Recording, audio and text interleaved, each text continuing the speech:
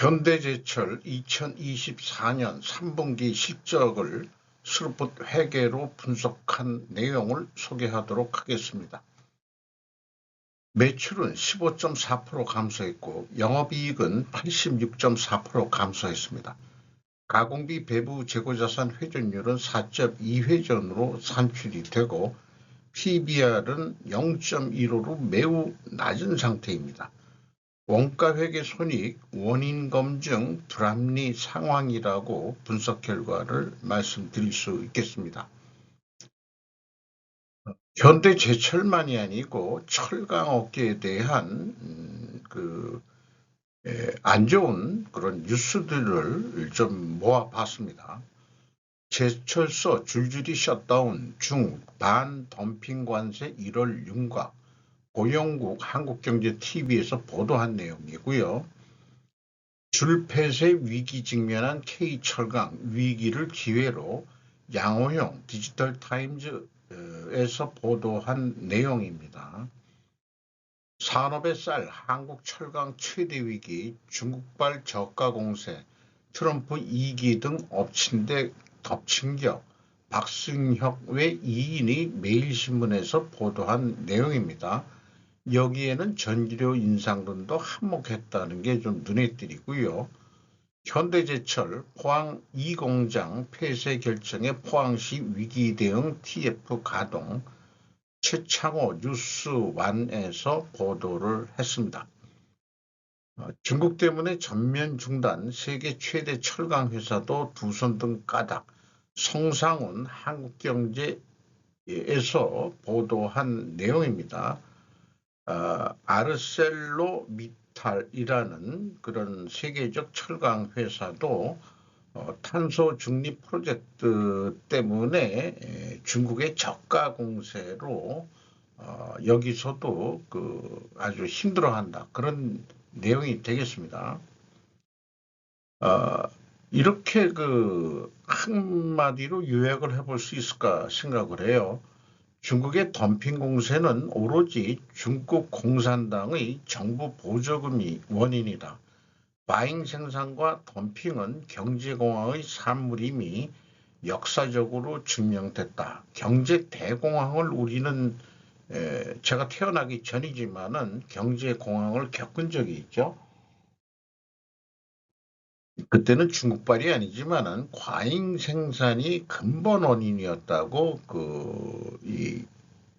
말하자면 역사학자들이 후에 원인을 정리를 했답니다. 그렇다면은 현재 서구에서 얘기하는 탄소 중립, 환경론자들이 얘기하는 이런 것들이 결국 중국만 이득을 보는 결과가 되고 있다. 이렇게 되면은 세계 대전이 일어날 수도 있다. 결과는 이 역사는 반복된다면은 다만 변곡될 뿐이다. 변주될 뿐이다라고 마크 트웨이는 말한 바 있습니다. 원가회계 손익으로서 3분기 누적 매출액은 14조 1천억 원대로서 15.4%가 감소했는데 가공비 배부 재고자산은 1.9% 거꾸로 증가를 했습니다. 바람직하지가 않습니다. 돈이 묶이게 되니까요. 매출 원가가 11.4% 적게 매출 감소율보다 적게 감소했기 때문에 매출총이익 49.1%로 내려갔고 판매관리비를 9.6% 줄였습니다만은 그 결과 영업이익은 1668억 원으로서 무려 82.6%나 추락을 했습니다. 영업이익률도 4.6% 하락을 했고요. 원가 생산성도 0.05포인트 하락을 했습니다. 스루풋 회계로 분석한 결과는 매출에 비례하는 매출 재료비는 7조 6,544억 원으로서 16.9%가 감소했습니다. 마이너스 1.4% 매출 하락률의 갭이 마이너스 1.4%이기 때문에 원재료 가격이 하락했다라고 여기서 추론해 볼 수 있겠습니다. 수르폰율은 0.9% 대신 상승했습니다. 운영경비가 1.9% 감소시켰습니다만은 TOE 생산성은 1.02로서 0.14포인트가 하락했습니다. 수르폰 영업이익은 1,417억 원으로서 86.4%가 하락했습니다. 이것은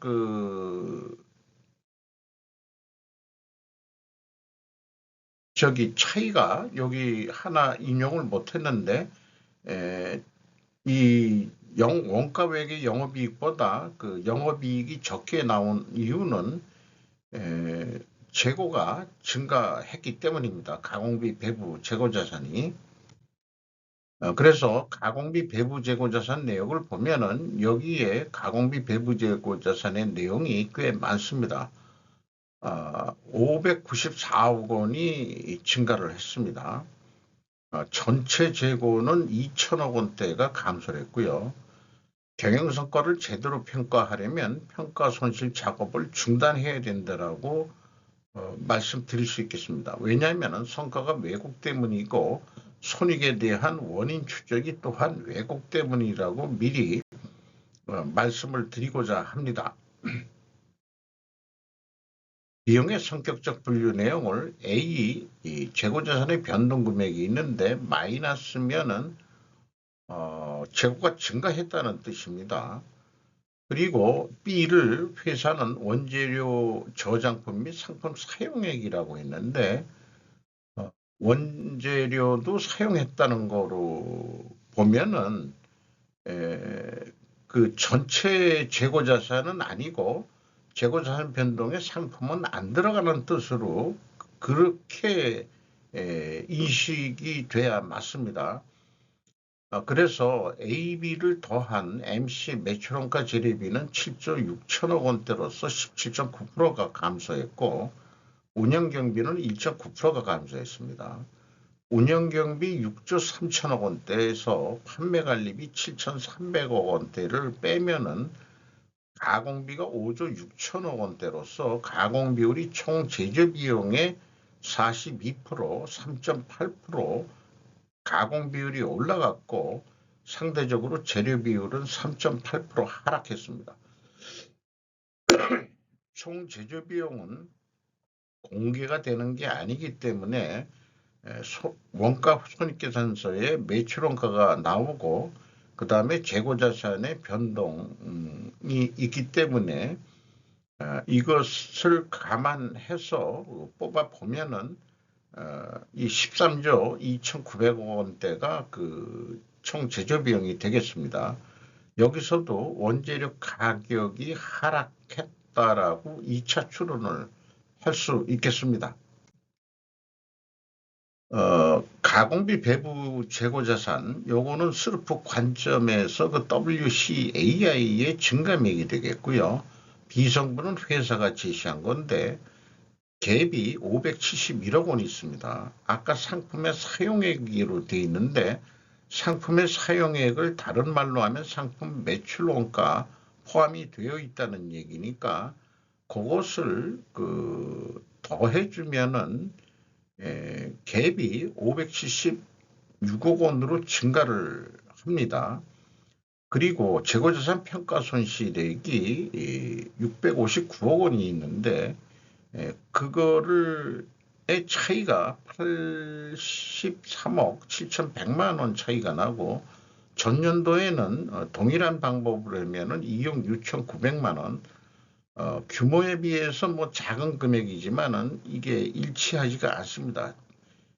이런 것들이 재고자산 평가 손실 작업이 이 659억 원이 제대로 현금 흐름표상하고 안 맞아 떨어지는 부분이 있어요.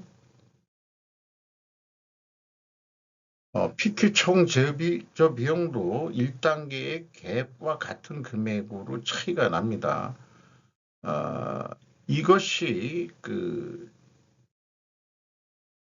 재고자산 평가 손실 작업을 반영을 안 한 총액으로 회사는 비성분 금액을 제시한 거 아닌가 하는 생각이 있고요. 일반적으로 그 3단계 현금 흐름표 기준으로 현금 흐름은 꼭 맞아 떨어져야만 되는 거죠. 이런 거는 마칩니다. 이걸 현금식으로 읽으면 현금이 1109억 원, 1110억 원이 되겠네요. 1110억 원이 현금이 들어왔다면 그만큼만 재고가 내려가면 되죠. 그런데 2천억 원대나 재고가 없어졌어요. 갭이 962억 원이나 되는데 재고자산 평가 손실, 이건 현금 흐름표에서 나온 거고 앞에 거는 재고자산 명세에서 산출한 거거든요. 이 금액도 틀립니다. 그래서 갭이 1469억 원이나 되는데 이게 전년도가 맞다 그러면은 이런 경우에는 뭔가 특별 원인이 있습니다. 그래서 어, 그 재고가 그 빠져나간 데를 보니까 현물 출자 재고 자산이 있어요. 다른 회사에 그 사업 부분을 남긴 게 있는 모양입니다. 그래서 현금 흐름표 기준으로는 전체 재고 자산은 맞췄습니다. 그러나 매출원가 계산하는 데 있어서 재고 자산의 변동 금액은 뭔가 추적이 좀 불투명한 부분이 있다는 얘기죠. 중요 경비로서 인건비가 9,862억 원이 집행이 됐는데 전년 동기보다 4.1% 증가했고요. 직원 수는 132명이 증가가 됐어요. 평균 임금은 1억 1,110만 원이 나오네요. 3% 정도 올라갔습니다. 노동 생산성, 노동 분배율 참고해 주시고 운영 경비 중에서 가장 많이 큰 금액이 감가상각비 외에 많이 들어가는 게 전력비 및 연료비가 1조 8천억이 들어갔는데 이게 1.8%, 아까 그 전기료 가격은 인상이 됐지만 그만큼 매출이 감소하고 뭐 해서 생산량을 줄이긴 좀 했던 것 같아요. 재고를 더 줄이진 못했지만은 그래서 전기료 및 연료비는 약간 내려간 것으로는 되어 있습니다. 경영평가지표로서 그 가공비 배부 재고자산 회전율이 내려갔고요. 수르풋율은 약 1%, 0.94%가 상승했습니다. 이렇게 역방향이면은 분식회계 개연성 가정을 일단 세웁니다. 그 다음에 이자 부채 레버리지율로는 0.8% 증가했습니다. 차입금을 조금 더 늘어났다는 얘기가 되겠어요. 투하자본 이익률도 0.5%로서 3.3% 하락을 했습니다. 앞의 내용은 조견표상 역방향이기 때문에 분식회계 개연성 가정을 세우는데 이것을 반증하려면 원재료 가격이 상승해야 되고 판매 가격은 또한 인상이 돼야 됩니다. 이거 가지고 증명이 안 된다면 재고 회전율 자체가 수량으로 산출해서 증거를 보여줘야 반증이 가능할 것입니다. 그래서 그 재고자산의 변동 범위는 필히 가공비 배부 재고자산으로 해야 성과 산출에 왜곡이 없다. 이 말씀을 드린 것을 충분 조건 논리라는 것으로 표현해 본 거고요. 그리고 그 재고자산 변동 범위가 불투명한 좀 갭이 있는 회사한테는 제조 원가 회계를 잘못 배운 기업들이라고 좀 비판적인 제목으로 글을 정리해 본 내용이 되겠습니다. 그래서 원재료 가격이 어떻게 됐느냐? 3.9%가 그 가중 평균으로 내려갔습니다. 그리고 판매 가격은 1.5%가 내려갔습니다. 제품 가격이 인상이 돼야 된다고 그랬죠. 여기는 인상이 여기도 돼야 되는데 이게 반대 현상이 나왔어요. 자, 그러면은 우리가 이제까지 얘기한 거를 적연표로 만들어 보면은 원재료 가격이 1, 2차 모두 내려갔다고 추론을 했는데 회전율과 그 스로픈율이 그 역방향이기 때문에 불식회계 개연성 가정을 세우는데 반증하려면 원재료 가격이 상승하고 판매 가격도 상승해야 됩니다. 근데 확인한 것처럼 원재료 가격은 하락했고 판매 가격도 하락했는데 그 하락률의 차이 때문에 상대적으로 판매 가격은 상승했다. 50%는 패스는 했지만은 안 맞아떨어진다. 이런 얘기죠. 이게 매출원가 산출에 뭔가 문제가 있다. 이 원재료 가격 추이와 그다음에 그 판매 가격 추이의 데이터를 그 신뢰하는 전제 조건에서 그렇게 얘기를 할 수 있겠죠. 이렇게 좀 분석을 해서 지금 이 반기인데 요건 표현이 잘못됐습니다. 3분기 진도율이 65.4%입니다. 그래서 이거를 기준으로 해서 오늘 팔린 만큼 내일도 팔릴 것이다라는 단순 논리에 의해 가지고 그런 단순 논리라고 하지만은 이론적으로는 결정론적 사고방식과 확률론적 사고방식을 적용해서 했다라고 한다. 이렇게 좀 말씀드릴 수 있겠어요. 그래서 1 더하기 25% 3분기까지를 1로 보고 플러스 25% 산식에 의해서 뽑으면은 매출이 연말에 17조 6,677억 원을 할 것 같습니다.